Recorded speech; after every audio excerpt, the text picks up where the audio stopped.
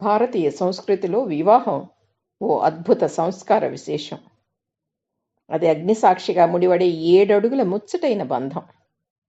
ఈ అపురూప వివాహ ప్రక్రియ వాస్తవానికి సృష్టి క్రమానికి తోడ్పడే గొప్ప సత్క్రియ.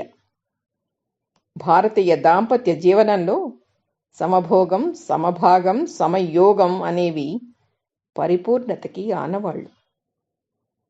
ఆ పిల్ల గోరింటాకుతో పారాణి పూసుకుంటే నీ కాళ్ళు పండాలి, నువ్వు ఆకు ఒక్క వేసుకుంటే ఆమె నోరు పండాలి అంటుంది శ్రీరమణ బంగారు మురుగు కథలోని బామ్మ. అదే దాంపత్య శృంగార రసయోగంలోని సమభోగ స్థితి.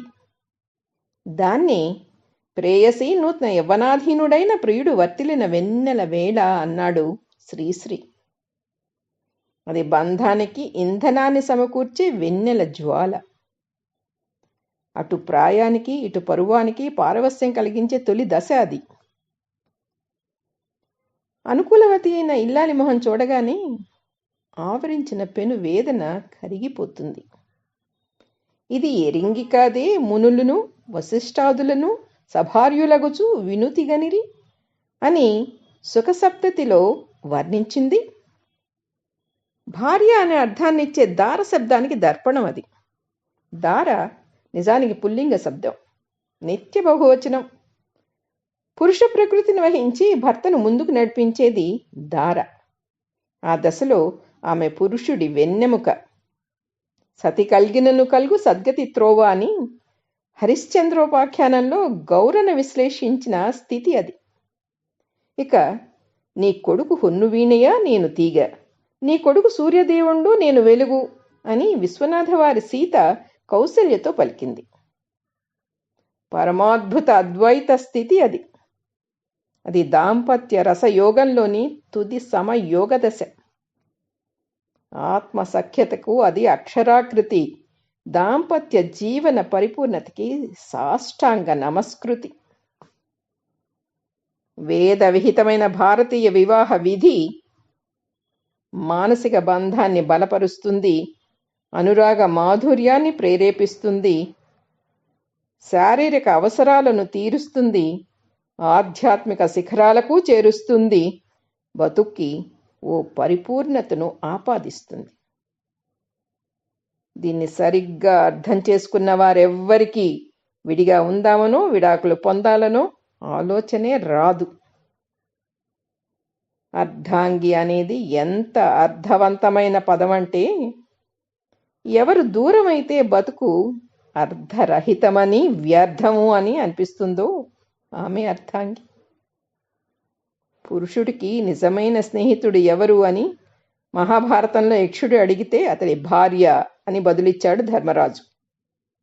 ఈ సత్యాన్ని జీర్ణించుకున్నవారు బంధాన్ని పదిలంగా కాపాడుకుంటారు, శిథిలం కాకుండా చూసుకుంటారు.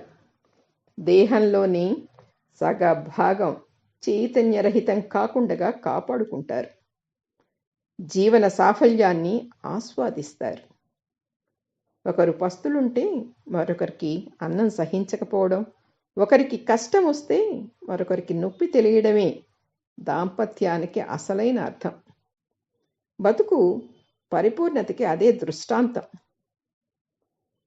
ఇంత మంచిదేగునే దాంపత్యము, ఈ ఇద్దరిన్ తగులంగట్టిన బ్రహ్మ నేర్పరి కదా అన్న పోతన మాటలు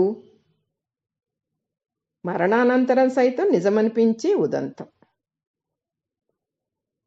ఇటీవల నెదర్లాండ్స్లో ఆ దేశానికి ప్రధానిగా చేసిన డ్రైస్ వాన్ ఆగ్డ్ జంట సుదీర్ఘకాలం కలిసి జీవించారు. చివరిలో కలిసి మరణించారు. 50 ఏళ్ల అన్యోన్య జీవితం అది. తుది దశలో వారు రోగగ్రస్తులయ్యారు. బతుకు భారం అనిపించింది.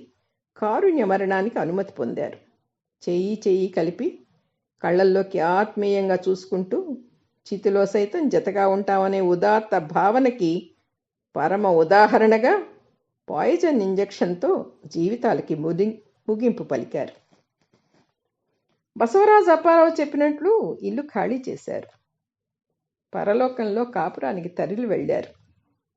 మనుగడే కాదు, మరణము ఉత్సవమే అన్న మాటకి అర్థం అదేనేమో.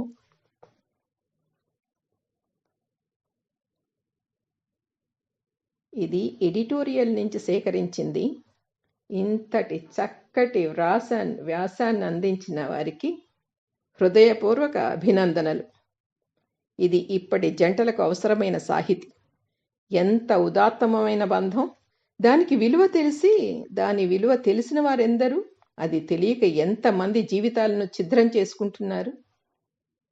ఇది బంధం, కాలాతీత బంధం. ఇది సున్నితత్వాన్ని, మధుర భావనలను మర్చి అహంకారానికి బలైపోతున్నారు.